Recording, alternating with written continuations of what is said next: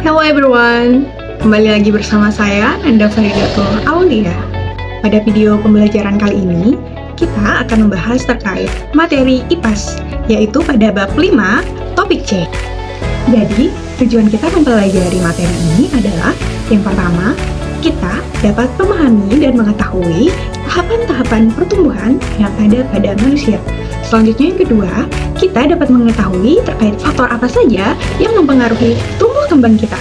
Dan yang ketiga, kita dapat mengetahui juga makanan dan aktivitas fisik apa saja yang dapat mendukung tumbuh kembang kita. Karena video kali ini berbasis kearifan lokal, khususnya kearifan lokal wilayah Nusa Tenggara Barat, yaitu di Lombok, maka tujuan yang lain adalah agar teman-teman bisa mengetahui tradisi-tradisi yang ada di Lombok yang berkaitan dengan tumbuh kembang pada manusia. Oh iya, teman-teman berasal dari wilayah mana aja nih? Bisa dikomen di bawah ya, absen teman-teman dari wilayah mana saja. Agar teman-teman lebih semangat dalam menyimak video pembelajaran kali ini, yuk kita sama-sama menyanyikan lagu tradisional daerah Lombok, yaitu Kadal Nonga.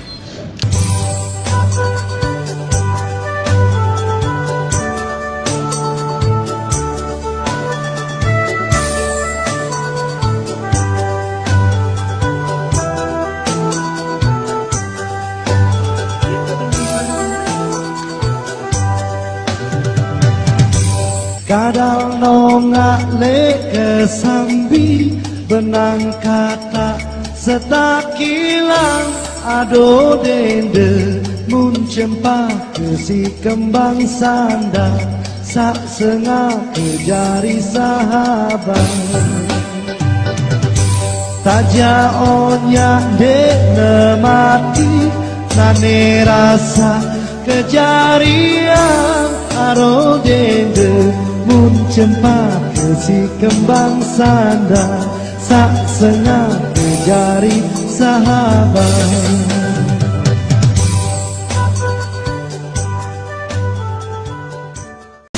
Gimana setelah kita menyanyikan lagu tradisional Kadal Nonga, teman-teman sudah mulai bersemangat nggak?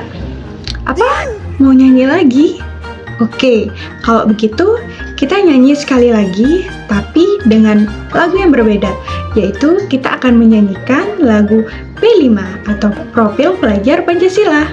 Yuk, semuanya berdiri dan ikut bernyanyi.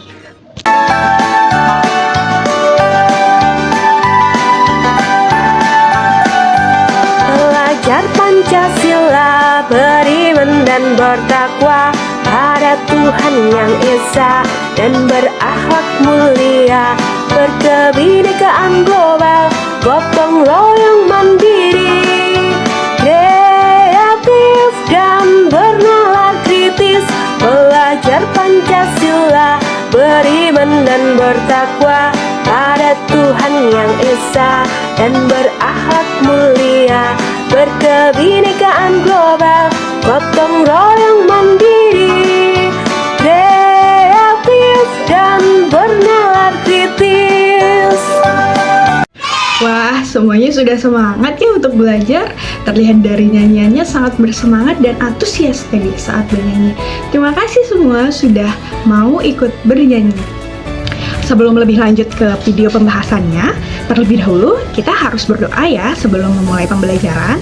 Silahkan teman-teman bisa berdoa secara mandiri menurut agama dan kepercayaan masing-masing. Berdoa, dipersilahkan. Selesai, teman-teman. Pernah nggak teman-teman perhatikan lingkungan sekitar atau orang-orang di sekitar, termasuk diri sendiri, di mana seiring berjalannya waktu, kita mengalami perubahan fisik? Kira-kira kenapa ya hal ini bisa terjadi? Yap, tepat sekali, karena setiap orang mengalami pertumbuhan dan perkembangan. Kenapa ya kita mengalami pertumbuhan dan perkembangan? Lalu, apa sih yang dimaksud dengan pertumbuhan dan perkembangan itu? Bagaimana tahapannya? Apa saja faktor yang mendukung dan tradisi apa yang ada di wilayah Nusa Tenggara Barat yang berkaitan dengan tumbuh kembang pada manusia? Kita akan membahas satu persatu. Jadi yang dimaksud dengan pertumbuhan adalah proses bertambahnya ukuran fisik pada makhluk hidup. Contohnya seperti apa? Contohnya adalah seperti kita bertumbuh tinggi, bertumbuh besar, ataupun volume organ tubuh yang bertambah besar. Selanjutnya adalah perkembangan, yaitu proses perubahan menuju kedewasaan. Contohnya adalah melibatkan kematangan, terus kemampuan yang lebih kompleks, dan fungsi organ tubuh. Adapun faktor yang mempengaruhi pertumbuhan dan perkembangan pada manusia dibagi dua, yaitu ada faktor internal dan faktor eksternal. Faktor internalnya seperti genetik dan hormon, sedangkan faktor eksternalnya adalah seperti lingkungan, makanan, kebutuhan nutrisi, pola asuh, interaksi, dan juga aktivitas fisik kita. Selanjutnya, kita akan membahas terkait tahapan atau siklus pertumbuhan dari manusia. Dimulai dari siklus pertama, yaitu embrio. Setiap manusia memulai kehidupan dari bentuk telur yang sangat kecil. Kecilnya itu lebih kecil dari ukuran kepala peniti.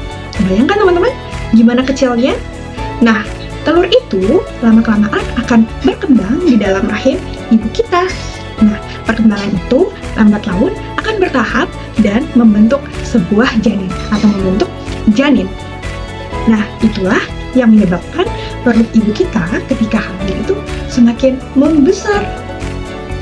Embrio yang kemudian berkembang menjadi janin, yang kemudian berkembang lagi menjadi bayi, nantinya membutuhkan waktu kurang lebih 38 sampai 40 pekan berada di dalam rahim ibu kita sebelum kita siap untuk dilahirkan ke dunia.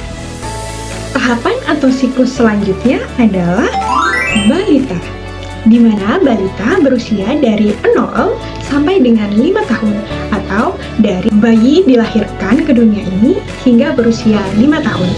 Pada tahapan ini, bayi atau balita mengalami pertumbuhan yang sangat pesat, mulai dari bayi bisa duduk, merangkak, terus berdiri, berlari, mulai bisa berbicara, terus bisa memegang, menggenggam, dan lain sebagainya. Nah, ada fakta menarik nih di daerah Lombok, khususnya suku Sasak memiliki tradisi yang unik, di mana pada saat bayi atau balita lahir, nah akan ada namanya tradisi praapi. Praapi ini adalah tradisi pemberian nama bagi sang bayi. Pemberian nama ini dilakukan ketika tali pusar yang masih ada di bayi itu lepas. Maka dari sana akan diadakan tradisi praapi. Selain tradisi praapi, ada juga tradisi ngurisan, di mana tradisi ngurisan adalah kali pertama bayi atau balita yang sudah lahir akan dipotong rambutnya. Tahap selanjutnya adalah tahap anak-anak, di mana tahap anak-anak ini terjadi pada usia 6 sampai dengan 10 tahun. Nah, pada tahap ini kita atau anak biasanya mengalami rasa ingin tahu yang sangat besar. Jadi cenderung ingin mencoba hal-hal baru, terus mencari tahu hal-hal baru, dan lain sebagainya. Kemampuannya pun di sini sudah mulai berkembang, di mana sudah bisa membedakan antara salah atau benar. Pada tahap anak-anak pula, kita sudah bisa mulai bersosialisasi. Contoh kecilnya di lingkungan sekolah, karena pada saat ini kita sudah memasuki tahap sekolah. Tahap selanjutnya adalah tahap remaja, di mana pada tahap remaja itu dimulai dari usia 10 tahun hingga 17 tahun. Nah, pada masa remaja ini kita mengalami tahap atau proses yang namanya pubertas. Perkembangan atau pertumbuhan fisik kita sudah mengalami perubahan dari sebelumnya. Nah, perubahan itu terjadi pada wanita maupun pria, di mana dalam perubahannya ada beberapa perbedaan. Lalu, apa saja ya perubahan yang terjadi itu? Kita bahas satu persatu ya, dimulai dari perubahan yang terjadi pada perempuan. Adapun tanda-tanda kalau kita perempuan memasuki masa puber adalah berfungsinya organ reproduksi pada perempuan yang ditandai dengan perempuan mengalami haid atau menstruasi, yaitu proses terjadinya peluruhan ovum dan dinding rahim yang terjadi di rahim yang kemudian akan dikeluarkan melalui alat kelamin tadi. Ciri fisik lainnya adalah payudara membesar, terus pinggul mulai melebar, suara menjadi lebih halus, dan juga tumbuh rambut di area ketiak dan juga kemaluan. Jika kamu perempuan dan sudah mengalami tanda-tanda tersebut, jangan malu ya, karena hal itu merupakan suatu hal yang normal dan akan dialami oleh semua perempuan. Tapi jika kamu perempuan dan belum mengalami pertanda atau tanda-tanda tersebut juga, jangan khawatir, karena masa puber atau tanda-tanda tersebut tidak semuanya sama atau waktunya berbeda-beda. Jadi mungkin saja kamu belum berada di tahapan puber tersebut, tapi akan dan pasti akan mengalaminya. Selanjutnya kita bahas ciri-ciri atau perubahan fisik yang terjadi pada laki-laki. Nah, perubahan yang terjadi pada laki-laki ketika memasuki masa puber adalah yang pertama, berfungsinya organ reproduksi pada laki-laki yang ditandai dengan terjadinya mimpi basah, yaitu keluarnya sperma dari alat kelamin laki-laki. Selain itu, perubahan yang terjadi juga ada pada suaranya yang sudah mulai berat, terus tumbuh jakun di area tenggorokan atau leher, terus dada mulai bidang dan lebih lapang, serta tumbuh rambut di area ketiak dan kemaluan. Tahap selanjutnya adalah tahap dewasa. Nah, tahap dewasa terjadi pada usia 17 sampai dengan 50 tahun. Nah, pada masa ini, cara berpikir kita sudah semakin matang dan rasional, sudah mampu bertindak lebih bijak, dan juga melakukan hal secara mandiri. Kita pada masa dewasa juga sudah mulai berpikir terkait dengan tanggung jawab yang lebih besar. Biasanya pada masa ini kita sudah berhenti atau tidak bertumbuh secara signifikan lagi, seperti pada usia remaja ke dewasa. Nah, kita sudah berada pada tahapan terakhir, yaitu tahapan atau masa menua, yaitu terjadi pada usia kita 50 tahun ke atas. Pada masa ini, terjadi penurunan fungsi-fungsi organ yang terjadi pada tubuh kita. Selain itu, dalam bentuk fisik juga mulai terjadi perubahan, mulai kulit mulai keriput, terus tubuh mulai mudah lelah dan letih. Pada perempuan juga terjadi namanya menopause, yaitu proses berhentinya terjadi haid pada perempuan. Selain itu, biasanya rambut juga mulai memutih. Nah, itu tadi tahapan dari tumbuh kembang atau perkembangan pada manusia. Teman-teman yang sedang menonton video sekarang ini berada pada tahapan yang mana? Bisa di komen di kolom komentar ya. Selanjutnya, kita akan membahas terkait bijak di masa pubertas. Nah, teman-teman, dari penjelasan sebelumnya mengenai perubahan fisik yang terjadi di masa pubertas, tentunya pasti ada dari teman-teman yang sedang merasakan hal tersebut dan merasa tidak nyaman ketika berada pada fase tersebut. Ternyata, selain perubahan fisik yang tadi, kita juga ketika masa pubertas mengalami perubahan dalam aspek sosial emosional. Adapun aspek sosial emosional yang berubah, seperti suasana hati atau mood kita yang cenderung lebih mudah berubah dari sebelumnya. Selanjutnya, kita akan lebih sensitif terkait perkataan orang lain atau lebih mudah terpengaruh atau sakit hati. Selain itu juga, merasa ingin lebih diperhatikan khususnya bagi lawan jenis atau kita sudah memiliki ketertarikan dengan lawan jenis, penasaran dan ingin melakukan dan mencoba hal-hal baru, lebih sering bertengkar dan berbeda pendapat dengan orang lain, ingin diterima dan mendapat pengakuan dari teman-teman sebaya, menginginkan kebebasan dalam mengambil keputusan, dan sudah mulai mempertanyakan aturan-aturan atau peraturan yang ada di sekolah, rumah, maupun masyarakat. Jika ada di antara kalian yang mengalami hal-hal atau perubahan tersebut, maka hal itu merupakan wajar atau normal, karena pubertas merupakan masa yang akan dilewati oleh semua orang. Karena hal ini akan mendukung atau menjadi proses pembelajaran kita sebelum tumbuh menjadi orang dewasa. Kita akan menjadi manusia yang lebih siap untuk menghadapi tantangan-tantangan yang ada di masa depan. Oleh karena itu, penting pada masa ini kita harus dapat memilih teman dan lingkungan pergaulan yang sehat, dapat mengatur waktu kita sebaik mungkin dengan hal-hal yang positif, khususnya dalam proses pembelajaran, dan tentunya senantiasa mendekatkan diri kepada Tuhan Yang Maha Esa. Dengan begitu, kita akan memiliki fondasi yang kuat dan kokoh untuk menghadapi rintangan dan tantangan yang ada di depan kita. Yuk, jadi orang bijak dalam menghadapi masa pubertas. Selanjutnya, kita akan melakukan kegiatan yang seru nih, yaitu membuat sebuah proyek. Di mana pada proyek ini kita akan membuat flip chart tentang tahapan atau siklus pertumbuhan pada manusia. Simak video tutorial berikut ini ya untuk bisa menyelesaikan tugas proyek ini. Proyek ini bisa dikerjakan secara individu atau secara berkelompok atau bisa meminta bantuan dari orang tua atau teman kalian. Siapkan alat dan bahannya seperti kertas manila, gambar tahap pertumbuhan dan perkembangan, lem, gunting, pensil, dan penggaris. Gunting gambar sesuai pola yang ada.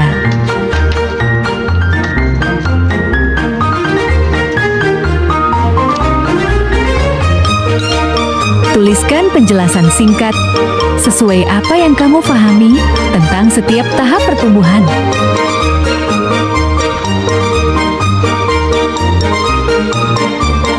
Selanjutnya, ukur gambar pada kertas manila, lalu garis membentuk persegi yang ukurannya 2 kali lipat dari gambar.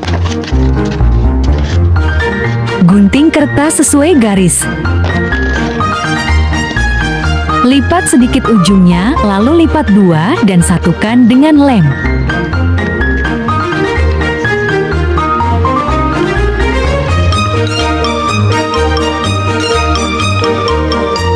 Setelah itu, buat lagi kertas yang memanjang dengan lebar kurang lebih 1 cm. Masukkan ke dalam kertas dan gunakan untuk menyambungnya dengan kertas yang lain.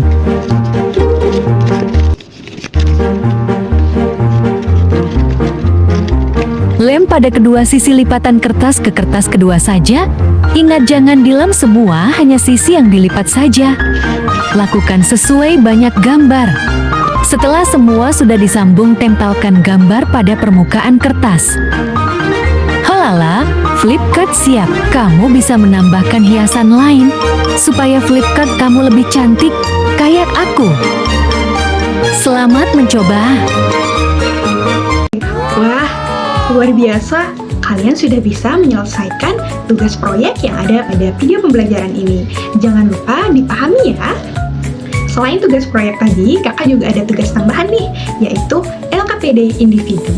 Nah, dalam LKPD ini, nanti teman-teman bisa mengaksesnya melalui description box ya.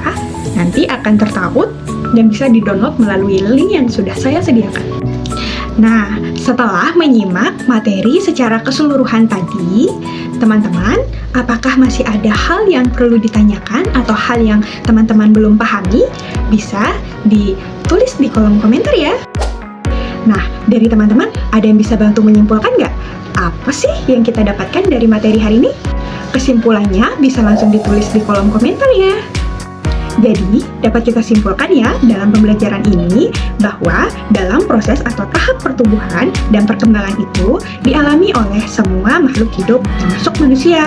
Nah, dalam siklus atau tahapan pertumbuhan pada manusia sendiri terdiri dari embrio, janin atau bayi, terus balita, anak-anak, terus masa remaja, dewasa, dan masa menua. Selain itu, tadi juga kita membahas terkait beberapa tradisi yang berkaitan dengan tahapan pertumbuhan dan perkembangan yang ada di suku Sasak. Tradisinya seperti tradisi pera-api dan tradisi ngurisan. Selain itu masih banyak loh tradisi lain yang tidak bisa saya sampaikan. Nanti teman-teman bisa search sendiri ya. Baik, itu saja pembahasan kita pada hari ini atau pada video kali ini. Semoga video ini bermanfaat untuk teman-teman semua dan bisa mengerti dan lebih memahami terkait dengan materi perkembangan dan pertumbuhan pada manusia. Terima kasih sudah menonton. Sampai jumpa di video pembelajaran lainnya. Terima kasih.